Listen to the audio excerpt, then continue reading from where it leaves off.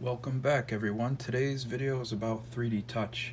What is it and how do we use it?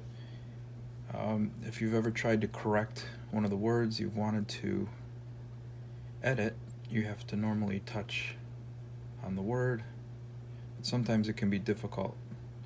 So an easier way to be more specific is to long press and hold the cursor, and then you can move the cursor wherever you want to, specifically in between words. Add an S here to welcome. You say welcomes. Or you could also long press on the word, like let's say how, and you get this little bubble that pops up because you're covering it with your finger, and you can move it anywhere you want as well.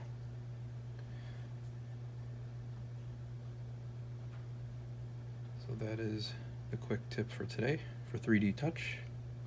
Thanks for watching.